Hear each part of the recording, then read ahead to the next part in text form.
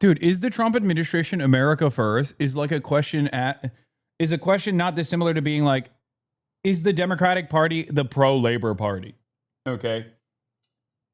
Like probably the easiest dunk session of all time. And yet, of course, Republicans still think they can advance this fucking cause for some reason.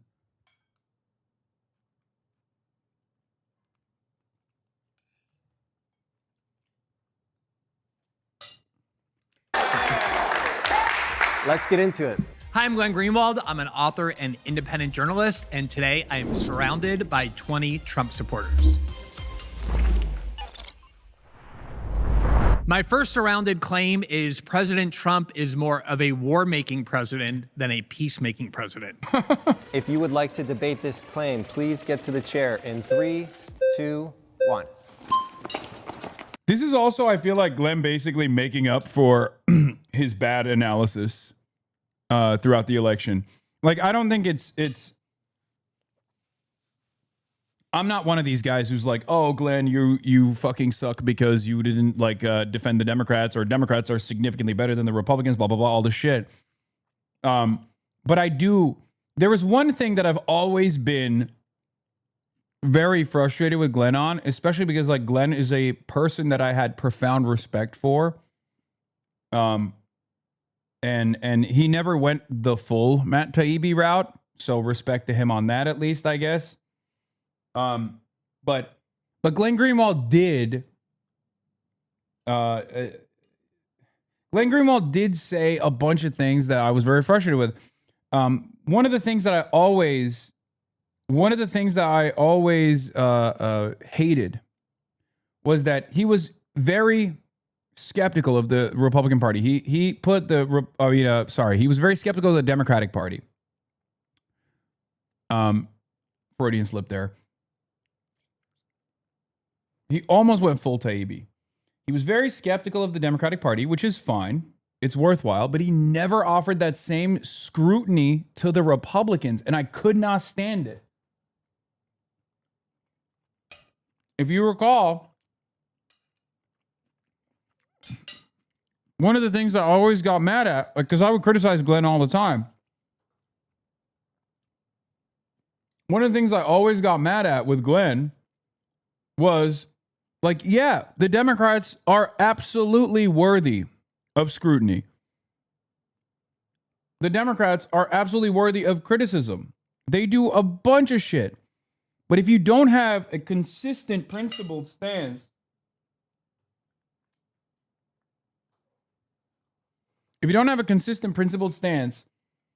that and don't actually entertain the same line of questioning with the Republicans, or take the Republicans at their word, then you're basically just a Republican. Like, you're a propagandist for the Republican Party, which is insane. Because at least like there are certain redeemable factors of the Democrats when you look at like all of the issues, right? There are certain redeemable factors of the Democrats as opposed to the Republicans. There's really nothing redeemable about the Republican Party at all. And then the Democrats can still engage in certain actions that make them irredeemable across the board, like, you know, doing a genocide. That's a huge one. Probably a pretty reliable red line for many. Hey, nice to meet you. Micah. Good to meet you, Glenn. So first, I want to just ask, what makes a peacemaking president? A peacemaking president is somebody who, in the first place, avoids war for their own country, either solves and resolves wars that they inherit, or prevents wars from breaking out that they would get their country involved with. Okay, so you agree that prevention is a part of what makes a president a peacemaking president? For sure. Okay, so then what about Trump's foreign policy is not prevention? Well, the first thing that he did in getting to office, basically within 30 days, was restarted a bombing campaign that President Biden had prosecuted throughout 2024, that President Trump during the campaign had heavily criticized. Yet as soon as President Trump got into office, he not only restarted that bombing campaign, but escalated it. That was the one in Yemen against the Houthis. It went on for about 5-6 weeks, entailed hundreds of people who were dead. Was that not necessary for like global trade to ensue? Was the Houthis not attacking multiple different ships? And No, the Houthis were only attacking Israel at the time that President Trump did that. There was a peace deal that President Trump engineered that ended up being very temporary. And the Houthis said, for as long as this peace.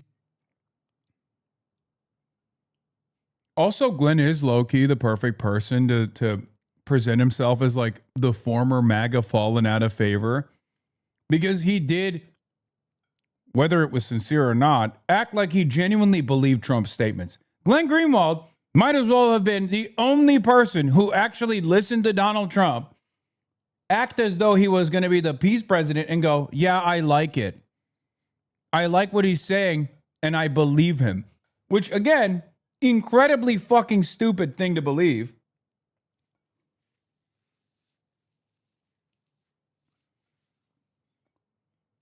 I never did, for the record, as you guys know. But it's like shocking that he did, it seems. But now at least is saying like, well, he didn't follow through on his promises. Well, yeah, of course he didn't. Glenn Deason said he did too. Dude, I'll put you on game.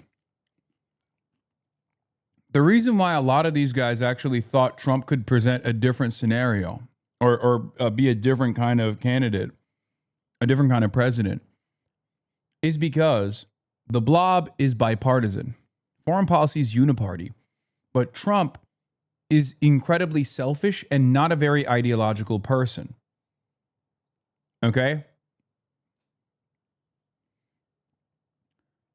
That's the reason why they thought, oh, because he's like an ideological person, maybe he'll actually cut deals that you would never expect from the likes of Biden or even Barack Obama. That's literally the only reason. A hope and a dream just on Trump's tendency to be pragmatic and self-interested. Because from these guys' perspective, and there is at least some truth to it, like I'm trying to be as charitable as possible to this interpretation to their worldview, but like Glenn Deason, Glenn Greenwald, these guys, they have seen over and over again every administration come and go and engage in maximum warfare, no matter who's in charge. The only reason why I never placed a lot of emphasis on Trump's pragmatism was because I also saw how he reacted when he was president the last time. So it doesn't even fucking matter if he's like a pragmatic guy or if he's not ideological, because like the outcome is still the fucking same. Deal is in place. We won't attack ships. Once the Israelis started violating it, not letting food, they said we're only going to attack Israeli ships. So here's ships. a question. Here's a question for you, Glenn. Are we still in conflict in Yemen? No, President Trump ended his own war that he started. Okay, so then by your definition, did we not prevent further conflict by having this conflict, and would we not free up the trade routes in Yemen from being attacked by the Houthis? It's free, is it not?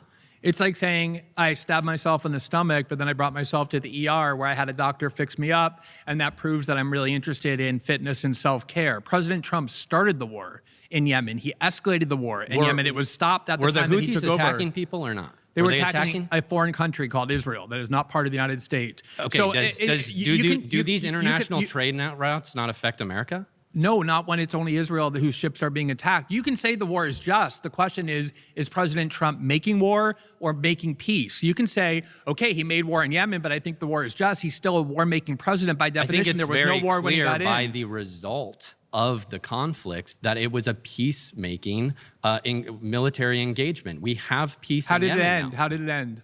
How did it end? It ended by the Houthis saying, we will not attack anybody except the Israelis, as long as they're denying food and water entering into Gaza. And they continued to do so. It achieved nothing. All it did was have the United States deplete our missiles, our military force, our resources. It was a war that didn't exist, that Trump created. Yes, congratulations, he ended his own war, but that is an example of a war-making president. That's just one example. There's obviously war in Iran as well, that he inherited a presidency where we were not at war with Iran. We are now at war with Iran. We've twice gone to war with Iran under President Trump. That's another war that he's made. Do you not agree that Iran is a major threat and destabilizes the Middle East all the time. I don't, but we'll get to whether the war is just. The question now is, does President Trump make more wars? Well, you seem to be acknowledging I want he to makes go back wars, but to that what they're you just. initially agreed to, though, is that part of what makes a peacemaking president isn't just, oh, we don't start any conflicts.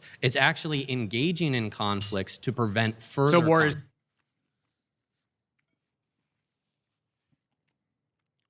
Buddy, I don't know how to explain this to you, but you're a fucking moron. What do you mean? Oh, he's starting wars to end wars. So he's starting wars. A peacemaking president would end wars. A peacemaking president would retreat from the permanent militant posture that America has around the world.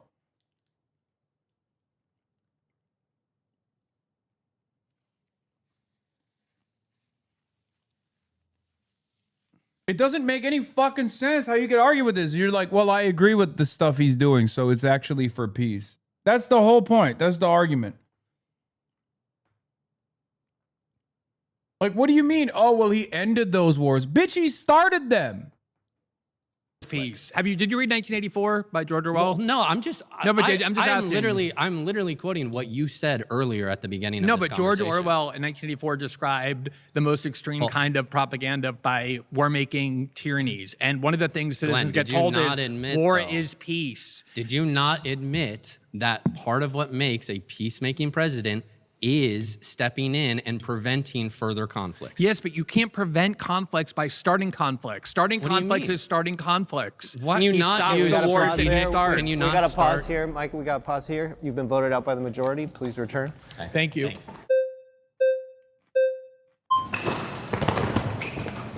So in reference to Trump being a peacemaking president or a warmongering president, let's say, for example, let's start with the conflicts that he did indeed stop, right? For example, Pakistan, India. Pakistan nominated Trump for the Nobel Peace Prize. They said that he specifically played a big role What in did preventing India that say? conflict. Well, India disagreed, but Dude. Okay, I hate watching this. I just like, I remember why I fucking don't like watching Jubilee. Because when I see people that stupid, I'm like I just don't want to be reminded that I'm living on a planet in a country where people are this fucking dumb. Because it's a very sad reminder that every time Trump comes out and says, I ended 9 wars, and we're all laughing around, we're like, haha, who believes this shit? Like, there are people who are eating that garbage up. There are people who are tuning in going, oh my God, that's my fucking president. He ended 9 wars. You can't even say these guys needed lobotomy. They have lobotomized themselves, man. They have purposely and willingly lobotomized themselves. That's why they agree with this worldview. That's why they repeat these kinds of talking points. You can only feel this way and talk this way and act this way if you have already been lobotomized. Pakistan, regardless, said that he played a key role in preventing it. We had Thailand versus Cambodia also break out. Cambodia nominated Trump for the Nobel Peace Prize and also said that he prevented that conflict. I'd also say in reference to Venezuela, obviously no one thinks that Maduro was good there. The tyranny was crazy. The way that he was leading the government, everyone agrees. But he was able to take Maduro out, and Daisy Rodriguez, who's now the vice president, is very, you could say, subordinate or servile, right? 50 million barrels worth of oil, restricting Cuba, so on and so forth. And so I would disagree that he's a warmongering president. Okay, the point is not he's a warmongering president. The formulation is he's Right. more of a war-making president Sure. than a peacemaking president. So even in your examples, including in Venezuela, Right. you're not denying that he used military force in a way that is considered an act of war Sure. by every country on the planet. Sure. You're defending the wars that he's making by saying they lead to good outcomes, which we can debate, but that's a separate question Sure. from the proposition. As far as these wars that you're concerned that I know he loves to to cite. India was vehement that he had no role to play of any meaningful kind in mediating that conflict between India and Pakistan. That is a war that goes back, that conflict goes back many hundreds of years. So does long many of these before other Trump. conflicts. But even, let me ask you these questions, this Right. question about these other conflicts that you named. Were those Right. part of the 2024 campaign? Did Not anyone ever necessarily, but I mention don't that? think that- Right, but you know why? Because they're completely trivial, and because the role that the United States plays in them is also essentially trivial as well. These So- are these, and a lot, we can analyze those. Sure. But let's be clear: the real question is, does President Trump make war for the United States? Whether he answer is plays no. some ancillary role in this, well, we're in a major war. Well, so let's we're in a clarify major two war things. now, So when it right? came to We're in a Venezuela- major war, aren't we? In Iran. I mean, sure, we're in a conflict, but I don't think this is where you actually got it war? wrong. Is with it the a last war? guy. Is it a You war? can call it's a war and a conflict. There's no necessary there's no disagreement there. It's a conflict and a war. It's both, right? But the conflict didn't start recently, right? In 1979, Iran kidnapped 66 Americans and held them hostage for over 400 days, right? So Why did they do that? happened? Well, because they're anti-Western. But hold on, just let me finish this. So the conflict with Iran, or our issues with Iran, in reference to specifically the Islamic Republic, started more there. In 1982, 3 years later specifically, there was the Beirut barracks bombing, which I'm sure you're familiar with, where 242 Americans were killed in Beirut. They were there as a peacekeeping force, actually. And guess who specifically? I believe in 2002, a federal judge actually ruled that Iran supplied Hezbollah and gave them intelligence to kill 242 Americans. On top of that, I believe in Venezuela, they have the Quds Force as well that is there. They fund three main terror groups. According to the FDD, they spent about $16 billion doing so, right? Hezbollah, the Houthis in Yemen. And by the way, the last guy, you were also wrong. $200 billion worth of economic damage in reference to the Red Sea, where 1/10 of trade Were goes we at through. war with Iran when President Trump was inaugurated? No, we weren't directly in Are we in at war terms of, now? Right, so So I he think made I would, that I war, would say, right? wait, He hold was on, a hold war on, maker. hold on, stop. No, So I I'd mean, say wait, that you we- talked a lot. I just I wanna would get say an that we're answer. already in a conflict. I would say that yes, generally, not like war in terms of declaring war conspicuously, but yes, we've been in a conflict, a long-standing the conflict proposition specifically. is President Trump is more of a war-making Right, president. I don't think any of those than conflicts were made by Trump. That's where you're wrong. India and Pakistan were in conflict prior to the war that Right, you and, mentioned, and right? we were in conflict with Iran. Exactly. Prior to There are a lot this of people as who well. are there are a That's lot where of you're not there are a getting. lot of countries that are in conflict with one another. Right. They're not We all agree. at war. Most of them are not at war. The United Right. States became in a war with Iran when Israel and the United States announced that they were attacking Iran and started a war with Iran. Of course, Right. there's conflicts. There's conflicts between Brazil and Argentina. Sure. There's conflicts between Peru and Uruguay. There's But conflicts you're between being vague. No, I'm being very specific. I'm talking about a war. There's a difference between smaller conflicts or like a general conflict that's going on for a long time and like a large scale war and even like, for example, small military engagements. Like, for example, Midnight Hammer, we bombed Natanz, Fordow, and Isfahan were more smaller engagements, right? And by the way, we pulled that pretty quickly and everything was fine afterwards. If Russia came to the United States and bombed 3 different nuclear facilities Right. in the United States with B-52 bombers of the Russian Are you Soviet saying would that be analog, casus would you consider that to be an act of war? Yeah, you're saying it would be casus belli, right? No, I'm not Casus talking about belli means act of war. Yeah, would you So would yeah, you, it would be casus belli. That's the answer. Okay, congratulations on using Latin. Right. I'm just wanting to. I don't want to necessarily test Yeah, your yeah, language. that Because would I want be to. That would be an act of war, right? Yeah, the same way that, Okay, hold on. The same way that, for example, the IRGC, the Pakistani guy that was recently convicted, he admitted that the IRGC paid him and tried to give him intelligence to assassinate Donald Trump around the time where Butler happened. That's also casus belli. Were we the at fact war that the with IRGC Iran tried when- to kill our president, Were we at that war the, with that the Iran? electorate elected, Were we at war is with an act Iran? of war. Were we So at yeah, war? we've been in conflict you and said an we- act of war with No, Iran for a very long time. Okay, but you and just- it's funny that you're not mentioning. You you're said- not mentioning the fact that 242 Americans were killed in Beirut in 1982. The United States was that not has, an act of the war? United States has killed Was that countries not an act throughout of war? the Middle East. You know what President Reagan did in response to that? He said Right. the reason this happened is because we have a military base in Lebanon where we shouldn't be, and he withdrew those troops. That's because he knew that the reason we were being attacked was because we were interfering in that region. Yeah, we were there the as a reason that peacekeeping force from Iran the UN. took over and the embassy was because we had overthrown their democratically elected government. Oh my God, he is fucking cooking. Oh my God, this is why I said it's so wonderful to have Glenn Greenwald do this. Like, this is one of those things where he's the best at. He's the best at this.